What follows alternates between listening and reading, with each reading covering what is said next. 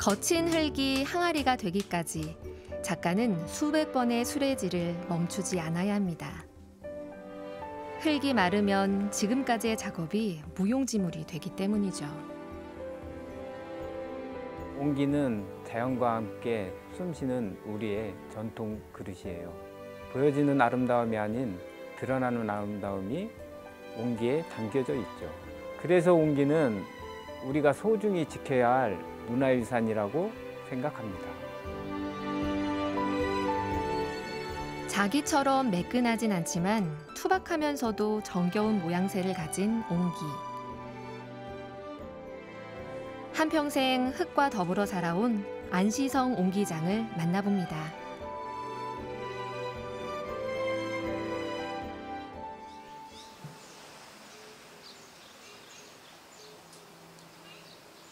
좀처럼 만나기 힘든 초가지붕. 이곳이 안시성 옹기장의 작업실입니다. 옹기를 만들기 위한 첫 번째 작업은 흙을 수없이 내리치는 뚝매질부터 시작됩니다. 흙에 점성이 생기면 이번엔 불순물을 걷어낼 차례. 이건 깨끼질이라고 하는데요. 이 흙 속에 큰 모래나 식물의 뿌리를 골라내는 그런 과정이에요. 그러니까 그런 것들이 있으면 옹기로 만들었을 때 불에서 불량이 생기니까요. 그걸 방지하기 위해서 하는 거예요.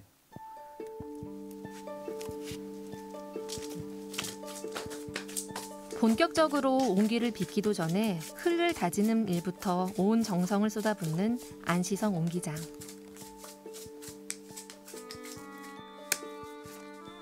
옹기를 만드는 데 있어 흙이 그만큼 중요하기 때문일 텐데요. 지금 이 과정은 그 매질이라고 하는데요. 매질을 해줌으로써 흙에 접력을 많이 주기 위해서 하는 거예요. 그래서 항아리는 접력이 많이 있어야 늘어나는 성질이 많아야 그릇이 이쁘게 나오거든요. 그래서 이 과정을 거치는 거예요. 만족스러운 흙의 상태가 되면 항아리 크기만큼의 흙을 떼어내 모양을 잡아갑니다.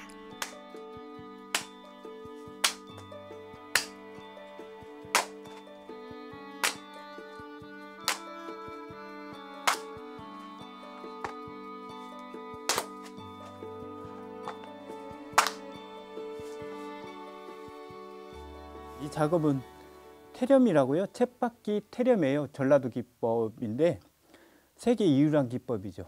그래서 이 다람쥐 쳇바퀴 도는 그런 쪽으로 돌려서 만드는 태렴이에요. 다른 지역은 떡가래 있죠. 떡가래식으로 코일을 밀어서 만들어내는데 전라도 기법은 전라도만 이 태렴을 만들어서 그릇을 만드는 거죠.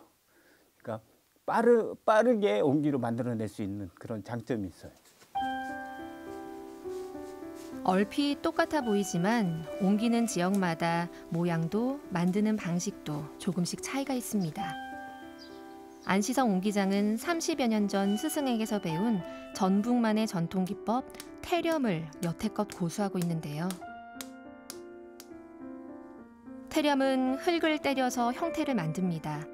흙을 판으로 친 뒤 넓어진 흙판을 쌓아 올리는 기법이죠.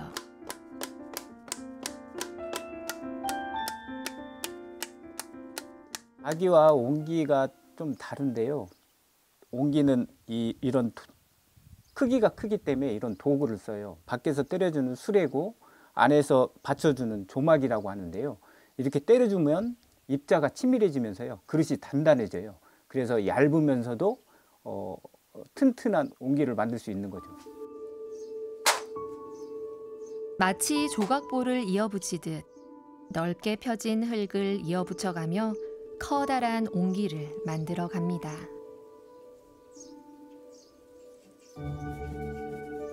빈틈없이 누르고 다지기를 반복하며 둥근 항아리의 모양을 잡아가는 안시성 옹기장. 그는 언제부터 옹기의 매력에 빠져들게 된 걸까요?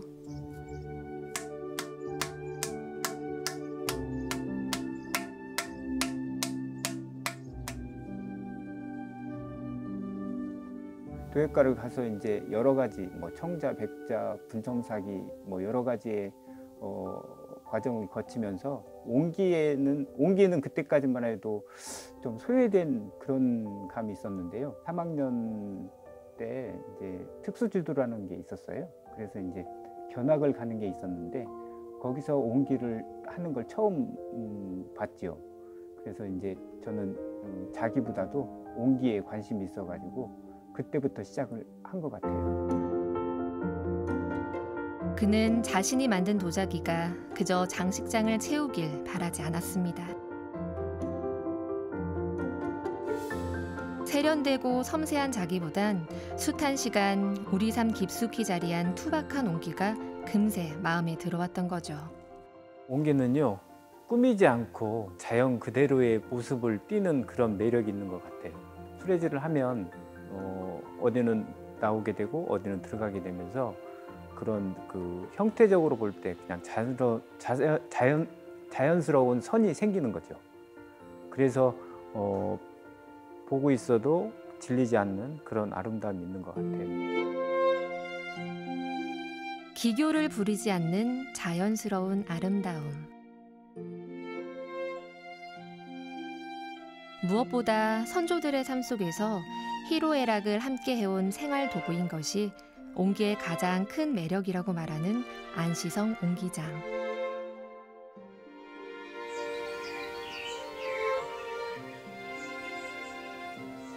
그가 작업실로 쓰고 있는 이 공간도 꽤나 나이를 먹었습니다.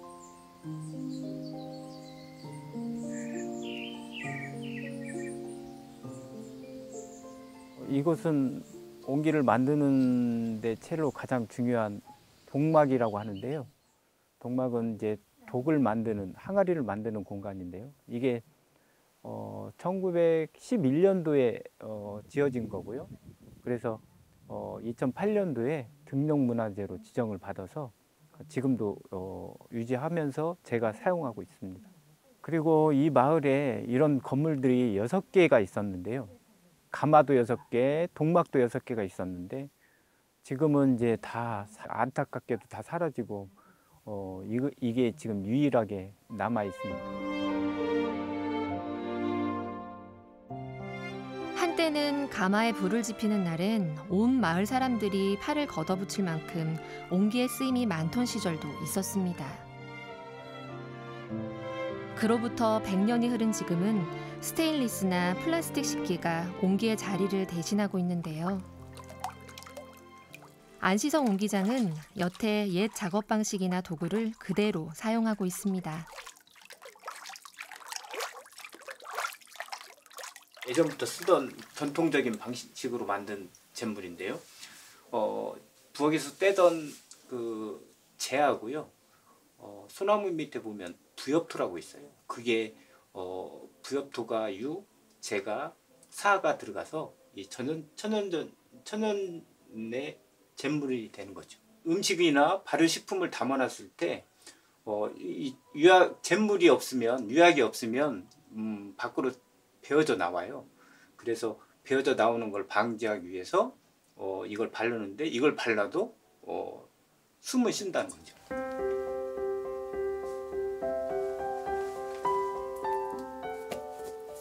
옹기의 역사는 우리나라 발효식품의 역사와 궤를 같이 하고 있습니다. 음식을 오래 두고 먹기 위해 발효를 생각해낸 선조들은 그 지혜 그대로 숨쉬는 항아리, 옹기를 만들어낸 겁니다.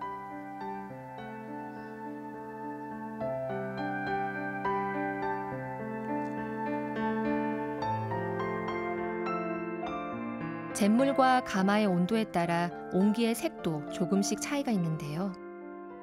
둥근 항아리에서 풍겨나는 정겨움만은 변함이 없습니다.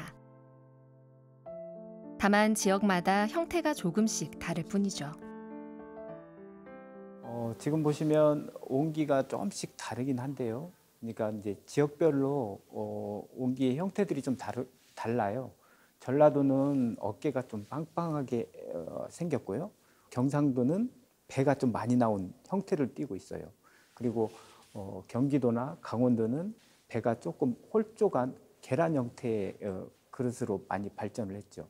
형태가 다른 이유는요. 날씨 때문에 그래요. 날씨에 남부지방은 날씨가 너무 덥기 때문에 그릇이 발효되는 음식이 상하지 않게 하기 위해서 입이 조금 좁으면서도 위가 빵빵한 형태를 띠고 있고요. 그리고 항아리를 진열해놨을 때 안으로 바람이 잘 통과해서 내용물이 상하지 않도록 그런 형태를 띠고 있는 거죠.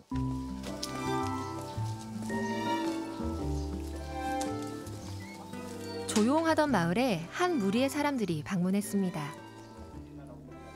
지역 평생교육원에서 옹기를 배우고 있는 사람들이 직접 견학을 온 것인데요. 100년 전 작업실 모습이 신기한 듯 부지런히 사진으로 기록하는 사람들. 안시성 옹기장은 이들에게 태렴을 선보입니다. 이게 이제 전라도만 있는 쳇바퀴 태렴이에요. 다른 지역은 다 코일로 돼 있죠. 떡가래로. 쓰이지 않는 곳이 없음에도 뒷마당 한 구석으로 밀려났던 옹기. 하지만 옹기종기 무리 지은 장독대만큼 마음이 넉넉해지는 풍경이 또 있을까요? 옹기장은 옹기가 다시 사람들에게 관심받길 바랍니다. 이게 시간이 흐르면 선생님들이 사라지고 찾는 분들도 사라지게 되면 결국 이 원형은 잊혀지게 되고 지금 지구를 지원을 휩쓸고 있는 한류의 밑바닥도 사라지게 되는, 그래서 뭐가 중요한가에 대한 궁극적인 부분을 한번 생각해 봐야지 않나, 그런 생각을 하게 됐습니다. 여전히 위용을 자랑하는 100년 전 가마. 국내 가마터 가운데 근대 문화유산으로 지정된 곳은 부거리 마을이 유일하다는데요. 지금은 옹기의 사용량이 급격히 줄어 거의 사용을 못하고 있죠. 구름기를 이용해서 이 가마를 지었고요. 뭐 도자기는 초벌, 재벌이 있는데요. 옹기는 단벌이에요. 한 번만 구워가지고 한 번만 넣어서 구우는 거예요. 그러니까 선생님들 이렇게 올라가기도 힘든데 큰 그릇을 갖고 위까지 올라가려면 되게 힘들겠죠. 그거를 그 초벌하고 빼서 유약을 발라서 또 넣는다는 게 되게 비현실적이거든요.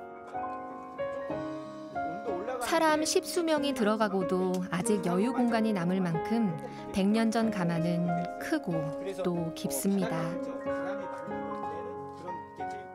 저한테는 힘이 나는 일이죠. 그러니까 사라지지 않고 계속 유지하려면 이제 저런 분들이 오셔서 봐주기도 하시고 써주기도 하시고 뭐 조언도 해주시고 그러면서 더 발전되는 것 같아요. 그래서 저렇게 오시면 더 많이 열심히 보여주려고 노력하고 있습니다.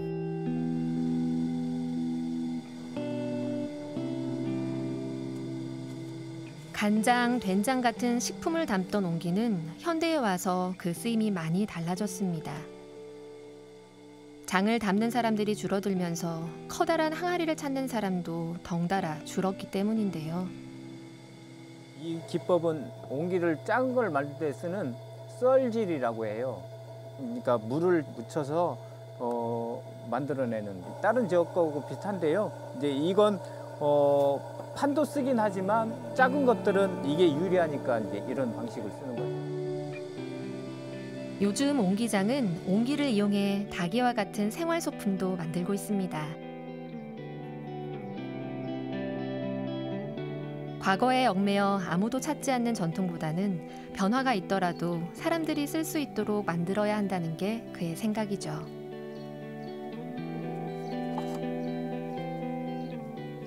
아무리 좋아도요, 쓰지 않으면 잊혀지게 돼 있거든요. 그래서 어떻게든지 사람들이 쓸 수 있게 그렇게 제작을 해줘야 쓰게 되면서 또 발전시킬 수 있고, 그러면서 옹기가 살아날 수 있는 것 같아요. 옹기장의 손끝이 빚어낸 옹기는 크기만 다를 뿐 여전히 정겹습니다. 대신 투박함을 벗고 한층 멋스러워졌습니다. 전통이라고 하면요, 젊은 사람들이 생각할 때는 좀 어떻게 보면 고리타분하게 느낄 수도 있거든요. 근데 문화라는 거는 자연스럽게 우리 생활하고 밀접한 관계가 있잖아요. 자연스럽게 쓸 수 있는, 자연스럽게 받아들이고 쓸 수 있는 그런 온기이기 때문에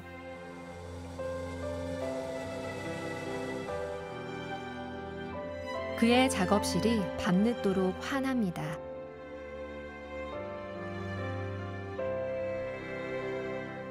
초여름 풀벌레 소리가 서서히 어둠 속을 파고들 무렵 옹기장도 바빠집니다.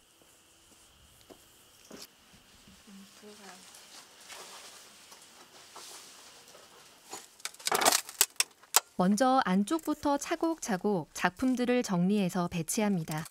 큰 것은 큰 것대로, 작은 것은 작은 것대로 자리를 달리해야 한다는데요. 불을 지폈을 때 옹기가 고르게 구워지려면 무척 신중해야 합니다.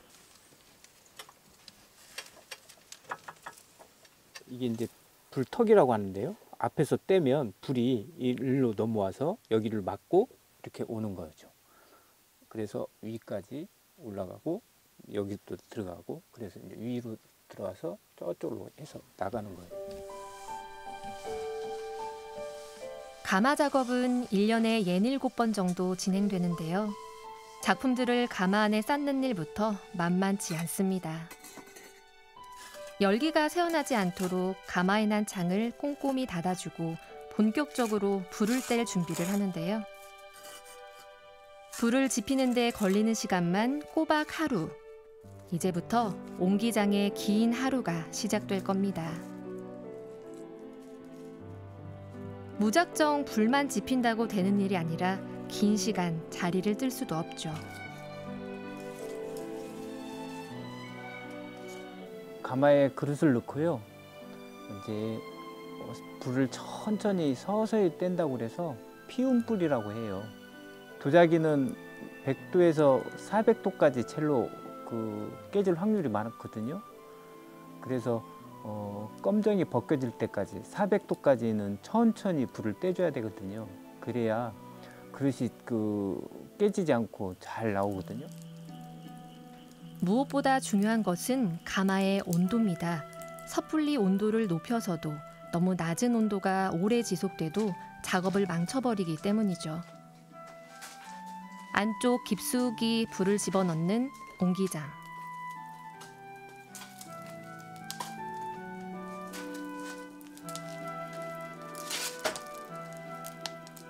지금은 이제 피움이 이제 조금 지났고요, 한참 지났고요. 이제 볶음불이라고 그래서 이제 여기서 조금 더 온도가 올라가면 이제 녹인불이 돼요. 녹는 불이요. 그러니까 유약을 녹이는 그런 녹인불이 되고요. 그러고 나서 이제 창불로 들어가는 거예요. 가마에서 옹기가 있기를 기다릴 때 가장 행복하다고 말하는 안시성 옹기장. 비록 불을 살피느라 밤새 뜬 눈으로 지새우겠지만 이 밤이 마냥 길고 지루하게 느껴지지 않는 이유입니다.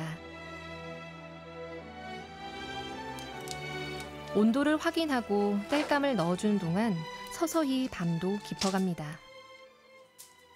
온도가 높지 않고 그릇이 단단하지 않거든요. 하지만 이렇게 가둬놓고 떼면 온도가 잘 올라가기도 하지만 그릇을 단단하게 높은 온도까지 뗄 수 있다는 거죠.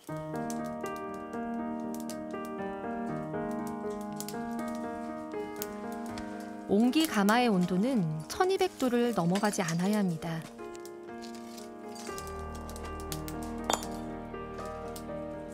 (1200도를) 넘으면 옹기의 숨구멍이 막혀버리기 때문인데요.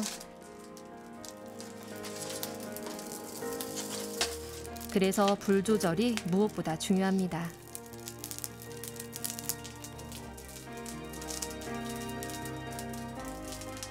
창불을 넣는다고 하는데요. 이제 마지막 작업이에요. 이제 여기서 그릇을 유약을 녹이는 그런 작업이고요. 앞에는 녹았는데 지금 뒤쪽이 안 녹았거든요. 그래서 뒤쪽을 녹이는 그런 작업인 거죠.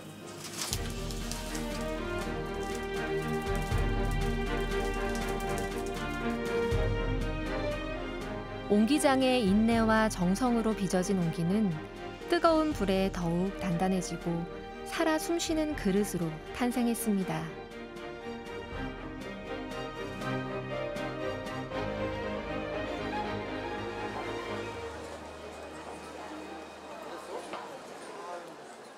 작업한 옹기들을 가지고 안시성 옹기장이 찾은 곳은 국제 차 박람회장입니다. 동양의 차 문화는 차와 더불어 닭이도 함께 발달했는데요. 요즘 주로 빚고 있는 옹기 닭이를 세계의 차 애호가들에게 선보이기 위해서입니다. 생소한 옹기 닭이에 금세 관심을 보이는 사람들.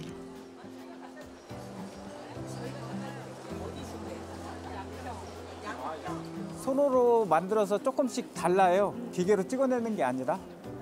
차 요즘 마시는 분들이 젊은 분들이 많으시더라고요. 그래서 젊은 분들한테도 이 옹기의 아름다움을 알려서 사용을 많이 할 수 있게 해서 옹기가 어떻게 보면 계속 제가 작업할 수 있는 그런 토대가 되는 것 같아요. 옹기를 보면서 누군가는 어린 시절의 추억을 떠올리는가 하면 숨쉬는 그릇에 대한 호기심도 많이 보입니다.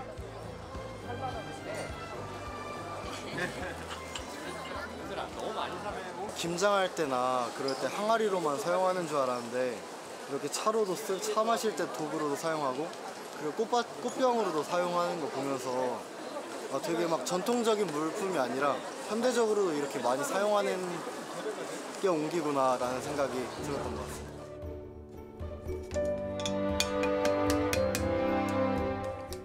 옹기에 온 정성을 쏟은 지도 어느덧 30여 년.